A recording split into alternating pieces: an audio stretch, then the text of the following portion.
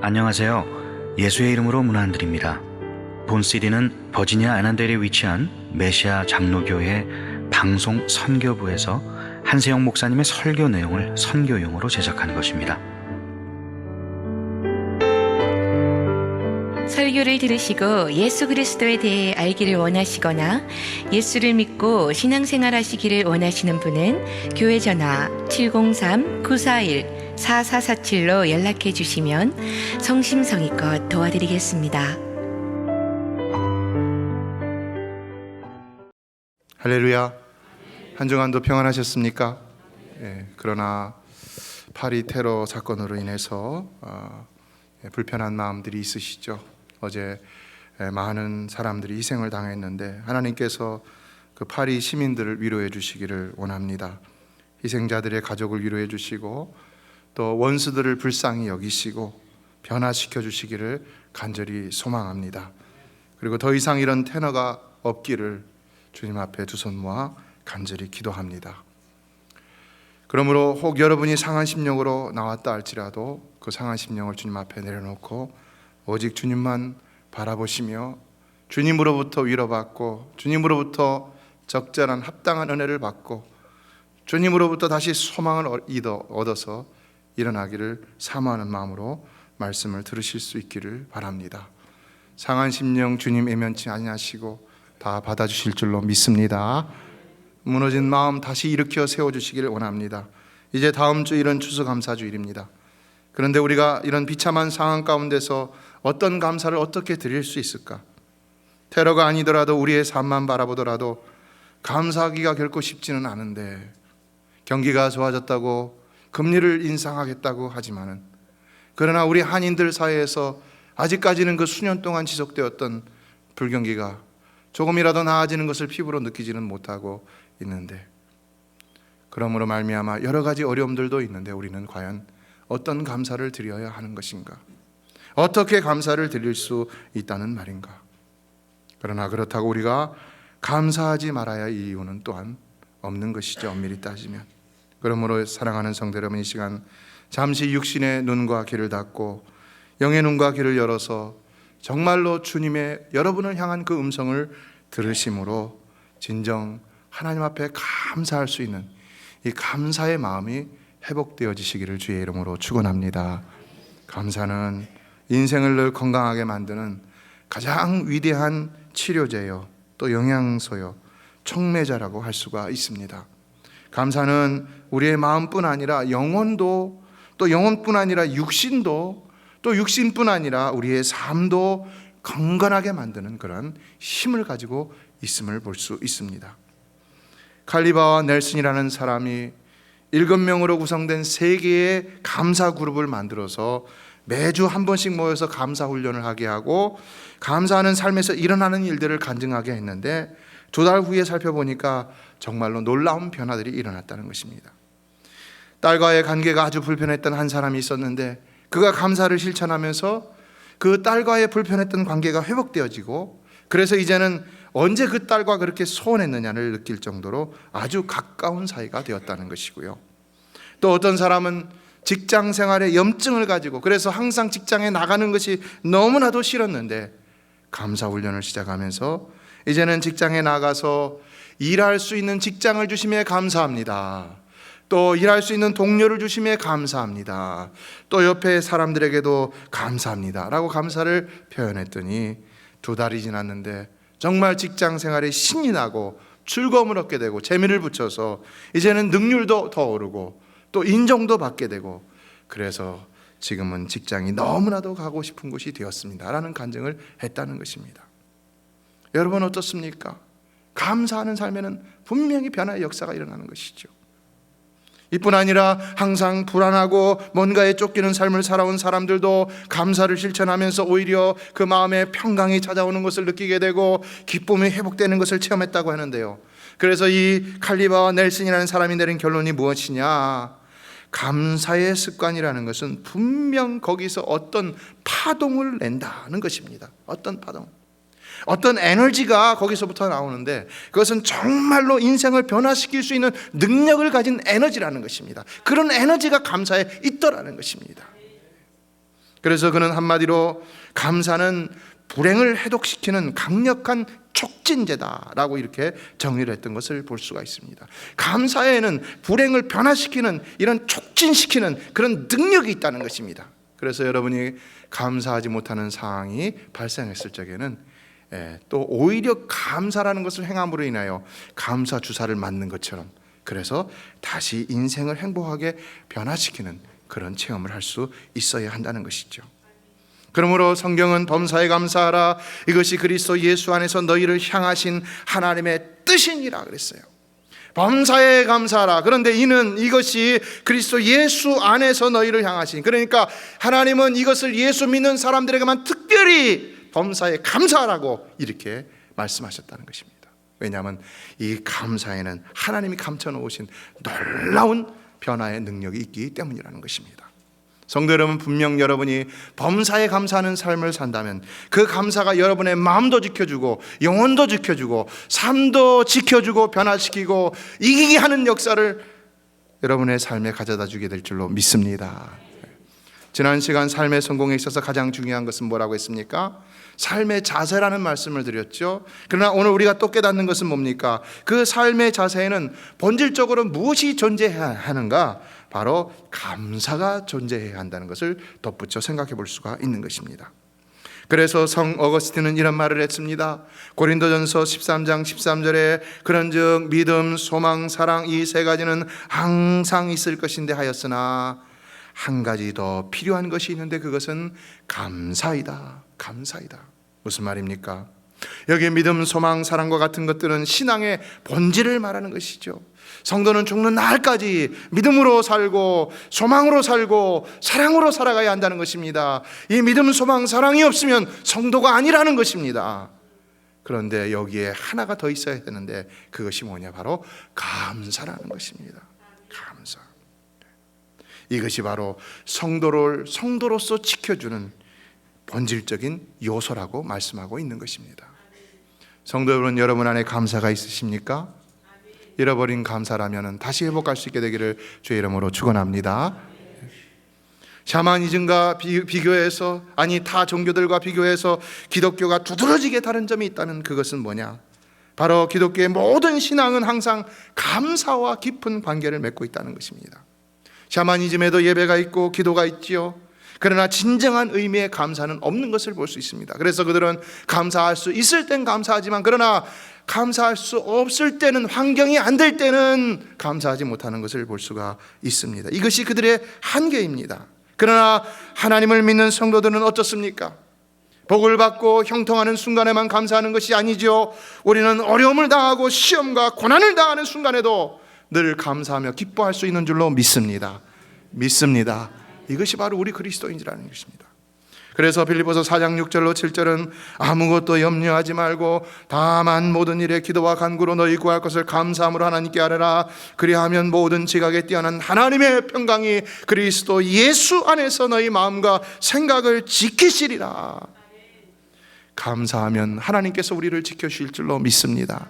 감사하면 하나님이 우리의 마음을 지켜주시는 것이고, 감사하면 하나님이 우리의 영혼을 지켜주시는 것이고, 그러므로 인하여 우리의 삶도 지켜주시는 것을 경험하게 된다는 것입니다. 그래서 고린도후서 4장 15절은 이는 모든 것이 너희를 위함이니 많은 사람의 감사로 말미암아 은혜가 더하여 넘쳐서 하나님께 영광을 돌리게 하려 함이라 라고 했습니다. 우리의 삶의 모든 것들, 그 모든 것들은 다 우리를 위한 것이라는 것입니다.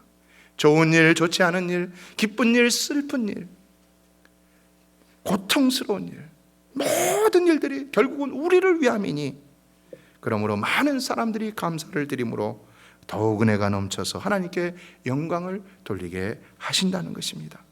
따라서 우리는 모든 형편과 상황 속에서 어떻게 하든 내 힘과 노력으로만 살려고 아둥바둥거리다가 이런 일이 생기면 이렇게 불평하고 저런 일이 생기면 저렇게 좌절하고 근심하고 절망하고 그러면 안 되는 것입니다. 엊그저께 금요기도에 또 말씀을 드렸는데요, 어느 직공이 직물 공장에 들어가 일을 하는데 실을 감는 기계 위에 일하다가 실이 엉키면은 공장장에게 보고하라 라고 이렇게 딱 아예 붙여 있었다고 합니다. 그래서 이 사람이 막 일을 하는데 신입사원이니까 일을 하다가 그만 실이 엉키는 사고가 났습니다.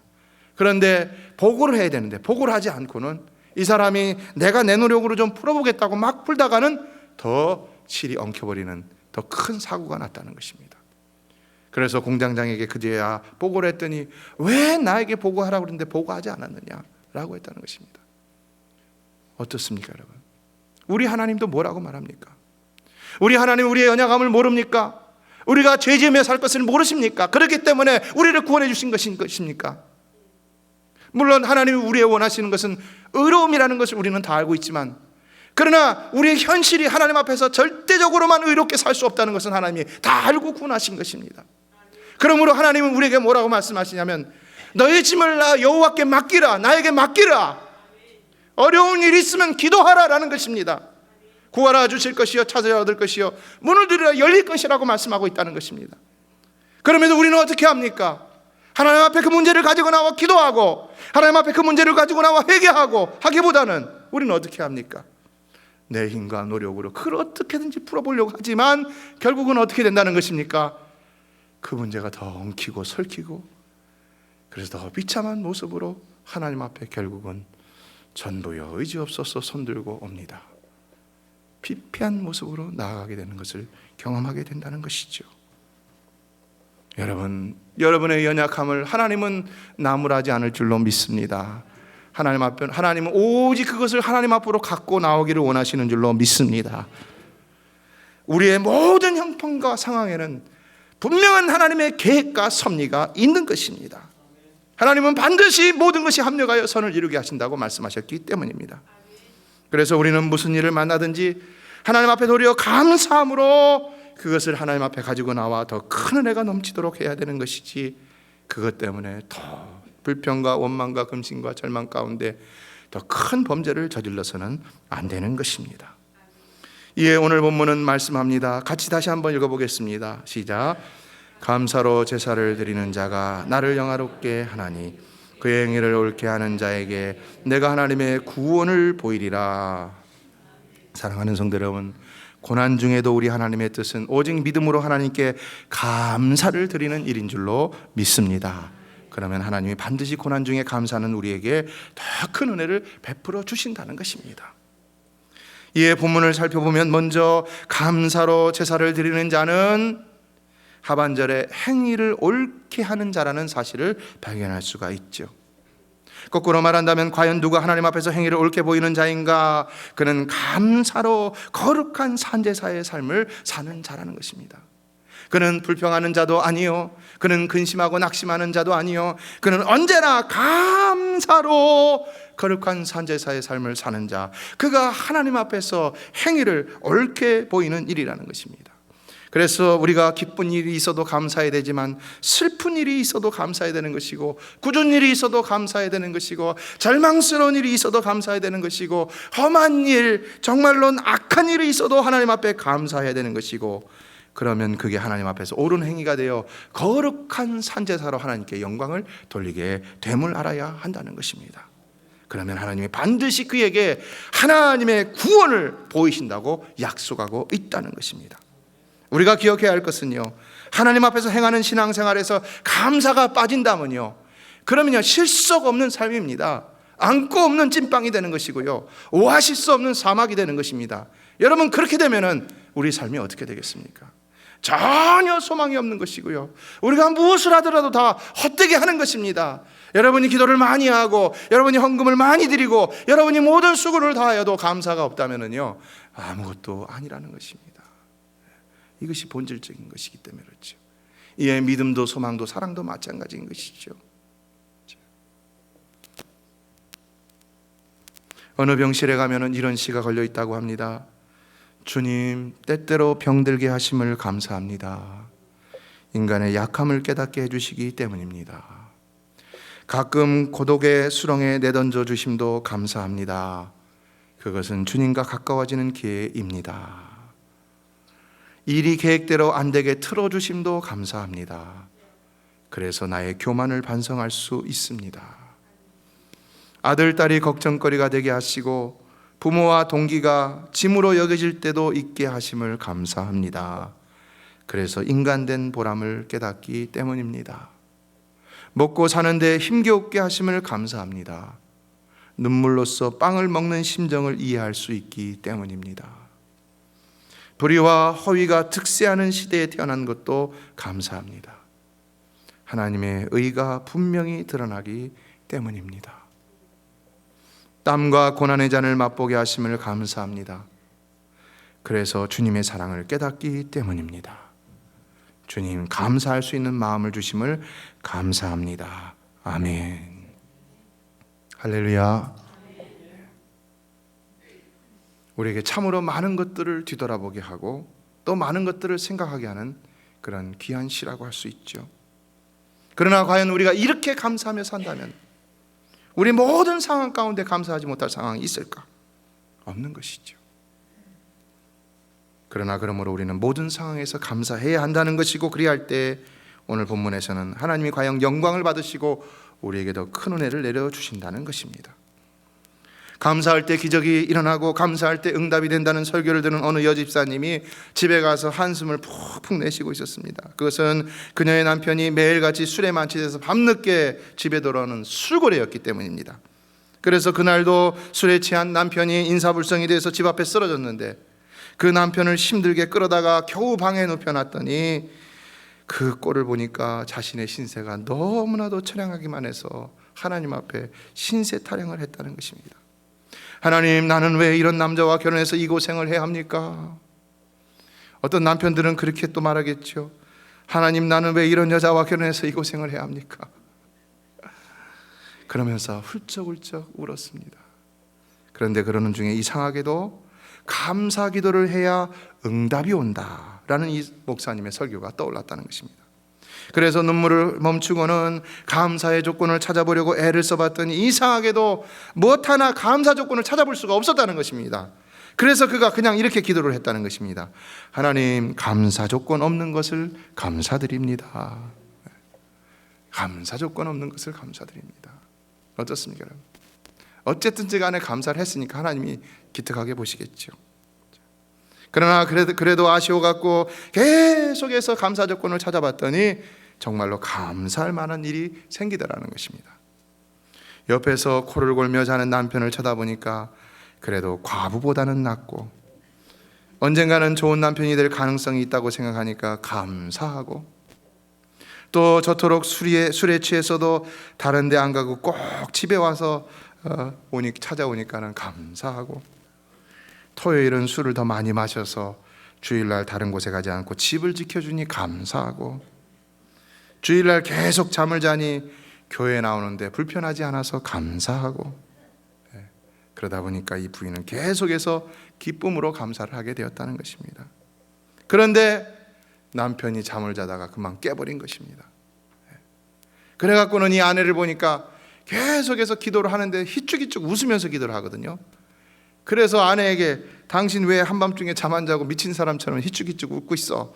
라고 이렇게 소리를 질렀다는 것입니다. 그랬더니 아내가, 여보, 당신하고 사는 것이 너무 감사해서 그래요. 너무 감사해서. 부인이 정말로 감사해서 그랬던 거죠. 그래서 부인은 이제껏 자기가 기도했던 감사의 조건들을 남편에게 모두 다 말하기 시작했는데 그 말이 다 끝나고 난 다음에 남편에게서 기적이 일어났다는 것입니다. 어떤 기적이냐? 남편이 말합니다. 여보, 내가 예수 믿는 게 그렇게 소원이면은 오늘부터 내가 예수 믿어줄게. 할렐루야. 이것보다 더 큰 기적은 없는 줄로 믿습니다. 이분이 이것을 놓고 예수 믿을 때부터 기도했는데 10여 년이 지난 이후에 하나님께서 이 소원을 단 한 번의 감사 기도로 응답해 주셨다는 것을 간증했다는 것입니다. 여러분, 우리도 감사할 수 없는 중에 감사의 기도를 드린다면 하나님 반드시 응답의 기적을 베풀어 주실 줄로 믿습니다. 이러한 믿음을 가지고 우리는 또한 감사할 수 없는 중에도 감사의 기도를 드릴 수 있어야 한다는 것입니다.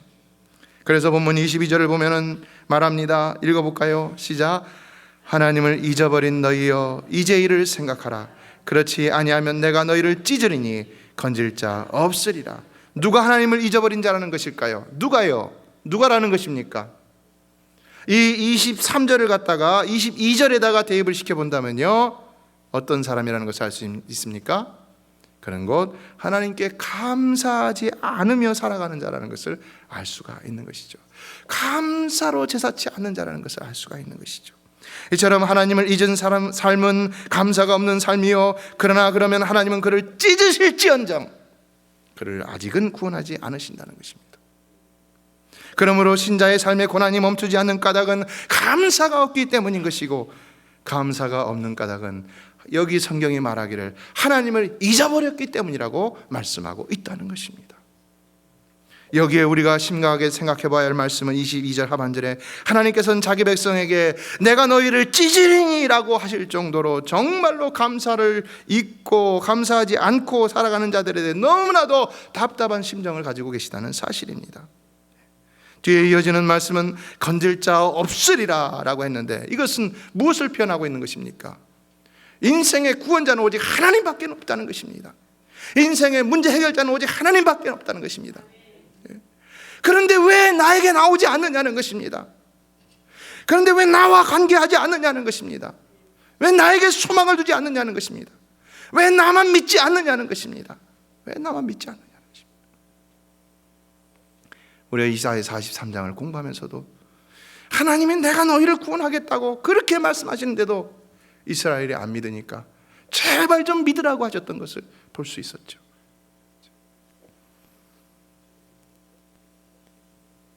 하나님은 정말로 안타까운 심정으로 우리에게 내가 너희를 찢을 것이다 라고까지 말씀하고 있다는 것입니다. 그래서 23절은 누가 하나님을 영화롭게 하느냐? 그는 감사로 제사를 드리는 자, 곧 오직 믿음으로 구하는 바를 이미 얻었다는 확신을 가지고 하나님 앞에 나와 감사로 제사를 드리는 자라는 것입니다. 여러분은 여러분이 구하시는 것을 이미 얻은 줄로 믿으십니까? 믿으십니까? 그 확신을 가지고 나오는 자가 감사할 수 있는 것이지요. 감사는 그냥 나오는 것이 아닌 것이지요. 그러므로 이 감사는요, 우리가 그냥 일상생활에서 하는 사람과 사람 사이에 주고받는 그런 감사, 보통의 감사가 아닌 것입니다. 이것은 분명한 신앙 고백인 것이고 하나님과의 관계 속에서만 얻어질 수 있는 특별한 감사가 되는 것입니다. 그리고 그러므로 우리의 삶 전체를 내어 맡기는 헌신의 징표가 될 수가 있는 것입니다.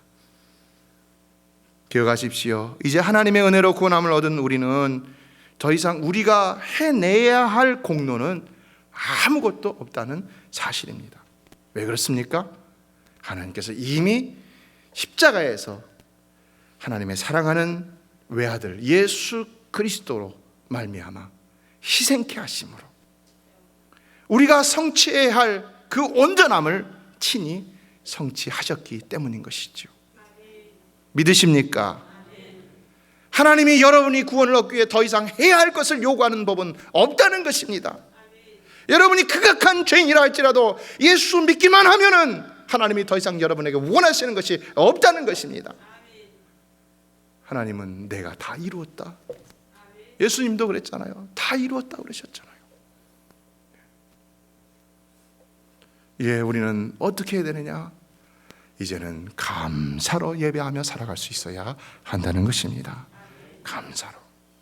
힘들어도 고달파도 괴로워도 고통스러워도 눈물이 나도 깊은 좌절감과 절망이 몰려온다 할지라도 감사로 살아야 한다는 것입니다. 그래서 오늘 본문은 감사로 제사를 드리는 자가 나를 영화롭게 하나니 그의 행위를 옳게 하는 자에게 내가 하나님의 구원을 보이리라 라고 말씀했던 것입니다. 이처럼 감사는 이미 우리의 과거와 현재와 미래의 일에 은혜를 베푸신 하나님께 믿음으로 드리는 유일한 제사인 것이고, 이에 이 제사는 하나님이 기쁨으로 찾는 제사인 것이고 하나님이 또한 그 자체를 기뻐하시는 제사인 것입니다.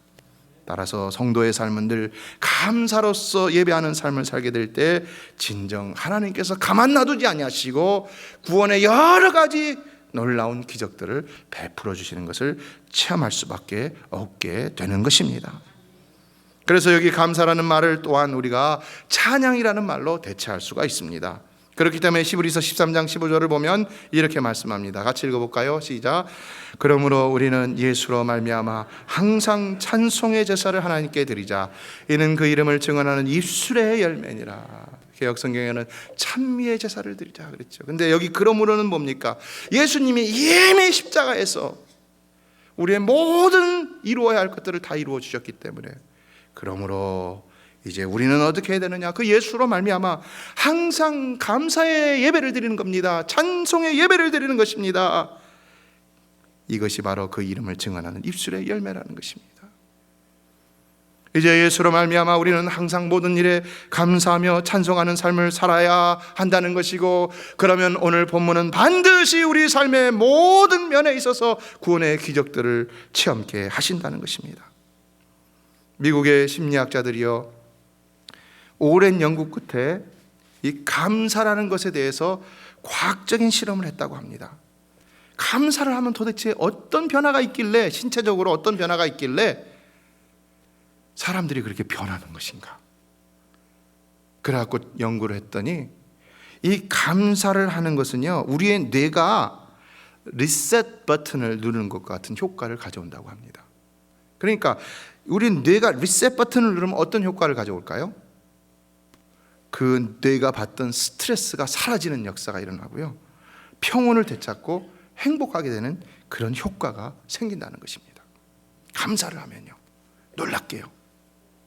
그래서 12살 사이에서 80살 사이의 사람들을 상대로 해서 두 그룹을 만들어서 한 그룹에게는 감사 일기를 매일 또는 매주 이렇게 쓰도록 하고, 또 다른 그룹에는 그냥 아무 사건이나 적도록 했는데 한달 후에 비교를 해보니까 엄청난 차이가 났다는 것입니다.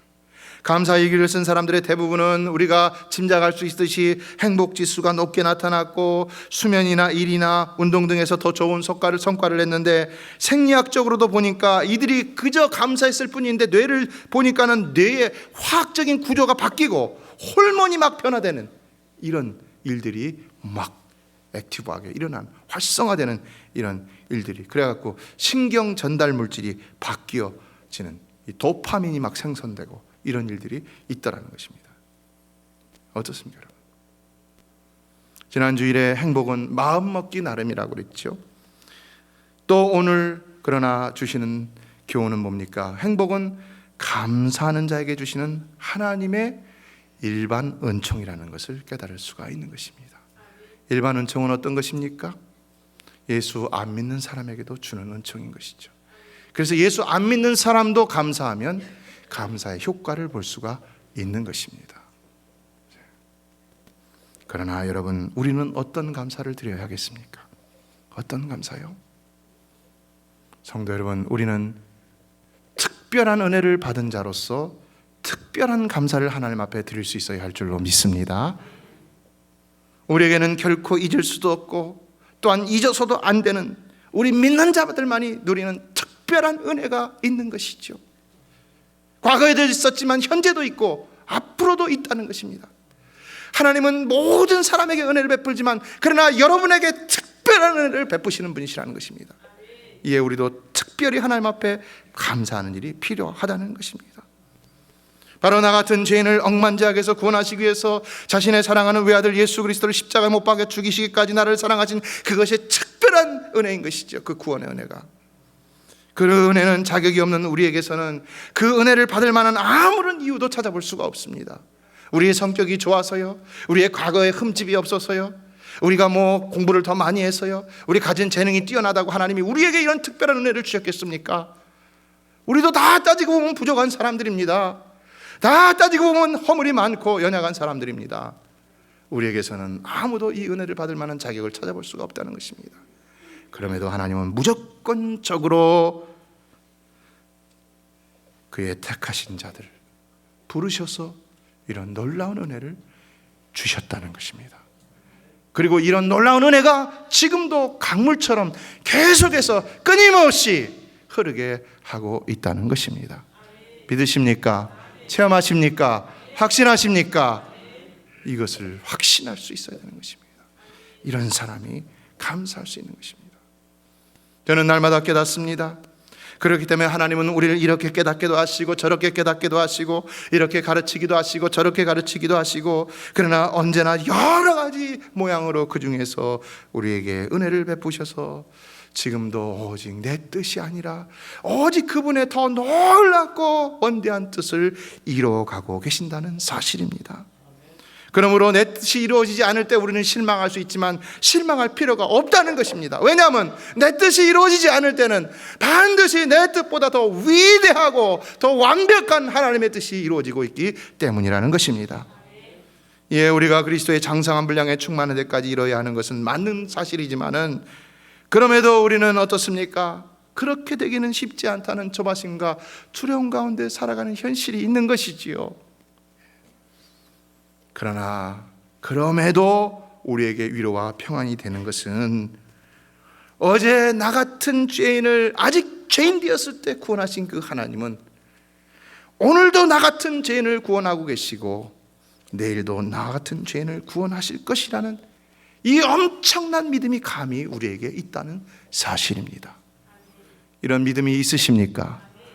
이런 믿음이 있으십니까? 이런 믿음이 있으시죠. 그러니까 우리가 어찌 하나님 앞에 감사를 드리지 않을 수가 있겠습니까? 기억하십시오. 사단은 매일같이 우리에게 너는 죄인이다 라고 속삭입니다. 그러나 우리는 이에 아무런 대꾸도 못합니다. 봐라, 너는 죄인이지 않냐? 봐라, 너는 이렇게 죄인이지 않냐? 이런 죄를 저질렀지 않느냐? 눈만 감으면 사단이 우리에게 속삭입니다. 그러나 또 기억해야 할 것은 그럼에도 불구하고 우리 하나님도 동시에 우리와 사단 앞에서 외치신다는 것입니다. 선언하신다는 것입니다. 너는 죄인이 아니다. 너는 내가 내 아들의 피로 구속한 내 백성이요 내 자녀요 의인이다. 믿으십니까? 믿음은 이것에 대한 믿음이어야 되는 것입니다.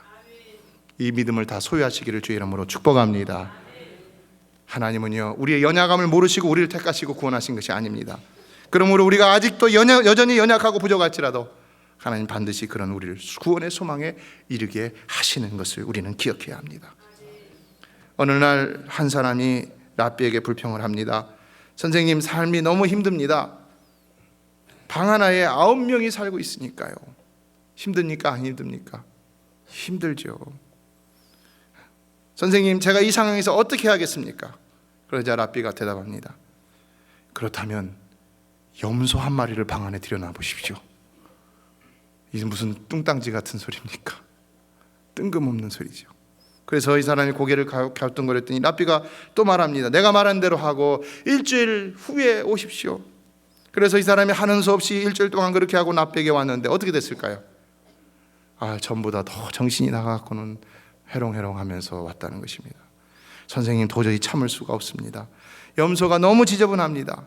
그랬더니 이 랍비가 또 말합니다. 그러면 이제 집에 가서 그 염소를 내보내고 일주일에 다시 오십시오. 어떻게 됐을까 이번에는? 일주일에 그가 돌아왔는데 너무나도 해피하고 빛나는 얼굴로 돌아왔다는 것입니다. 선생님, 삶이 너무 아름답습니다. 매 순간이 즐겁습니다. 염소가 없고 우리 9명만 있으니까 정말 행복합니다. 어떻게 된 일입니까? 상황과 형편이 바뀌어서 행복해진 것입니까? 아닌 것이죠. 그의 인식이 바뀌었기 때문에 그가 행복해질 수 있었던 것입니다. 그는 똑같은 상황을 전혀 다른 시각에서 분별하고 판단함으로써 축복이 과연 무엇인지를 깨달았던 것입니다.